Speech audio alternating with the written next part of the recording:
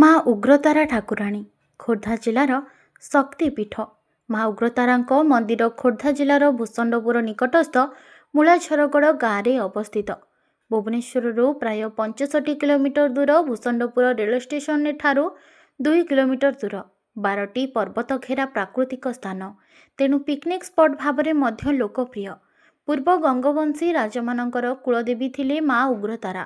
ମୂଳାଝରଗଡ଼ ଦୁର୍ଗର ରକ୍ଷା କରିବା ପାଇଁ ଗଙ୍ଗ ଗଜପତି ରାଜାମାନେ ଏହି ମନ୍ଦିର ସ୍ଥାପନ କରିଥିଲେ। ସେ ହିନ୍ଦୁ ତାନ୍ତ୍ରିକ ଶାସ୍ତ୍ରର 10 ମହାବିଦ୍ୟାଙ୍କ ମଧ୍ୟରୁ ଜଣେ। ତାଙ୍କର ଉଗ୍ର ରୂପ ପାଇଁ ନାମ ଉଗ୍ରତାରା, କିନ୍ତୁ ଭକ୍ତଙ୍କ ପାଇଁ ସେ ଏକ ଜଟା ବା ନୀଳ ସରସ୍ୱତୀ ଭାବରେ କରୁଣାମୟୀ। ଅନେକ ବାସିଷ୍ଠ ଗୋତ୍ରେ ତାଙ୍କୁ ଇଷ୍ଟ ଦେବୀ ଭାବେ ପୂଜା କରନ୍ତି। ମାଙ୍କ ମୂର୍ତ୍ତି 3 ଆଖି ବିଶିଷ୍ଟ ଏବଂ ଚତୁର୍ଭୁଜା। ହାତରେ ଖଡ୍ଗ, ଛୁରୀ, ନୀଳପଦ୍ମ ଏବଂ ପାନପତ୍ର ଧରିଛନ୍ତି। ସେ ଏକ ଶବ ଉପରେ ଦାଣ୍ଡାଇ ଚିତା ଅଗ୍ନି ଉପରେ ଠିଆ ହୋଇଛନ୍ତି।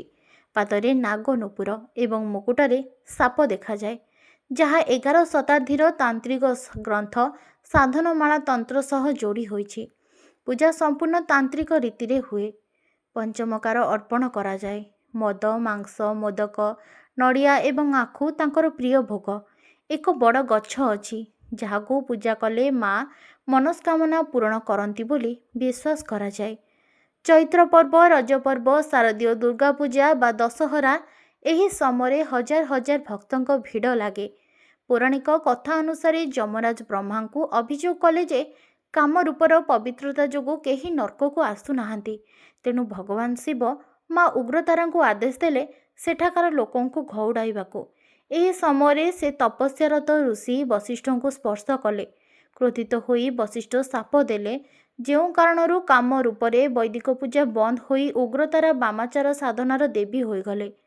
ମା ଉଗ୍ରତାରା କେବଳ ଏକ ମନ୍ଦିର ନୁହେଁ, ଓଡ଼ିଶାର ତନ୍ତ୍ରପୀଠ ଏବଂ ଶକ୍ତିପୀଠ ମଧ୍ୟ। ତାଙ୍କର ଉଗ୍ର ରୂପ ପଛରେ ଭକ୍ତଙ୍କ ପ୍ରତି ଅପାର କରୁଣା ଲୁଚି ରହିଛି। ପ୍ରକୃତି, ଇତିହାସ ଏବଂ ଶକ୍ତି ସାଧନାର ମିଶ୍ରଣ ପାଇଁ ଖୋର୍ଦ୍ଧା ଜିଲ୍ଲାର ଏହି ପୀଠ ବହୁତ ପ୍ରସିଦ୍ଧ। ଜୟ ମା ଉଗ୍ରତାରା।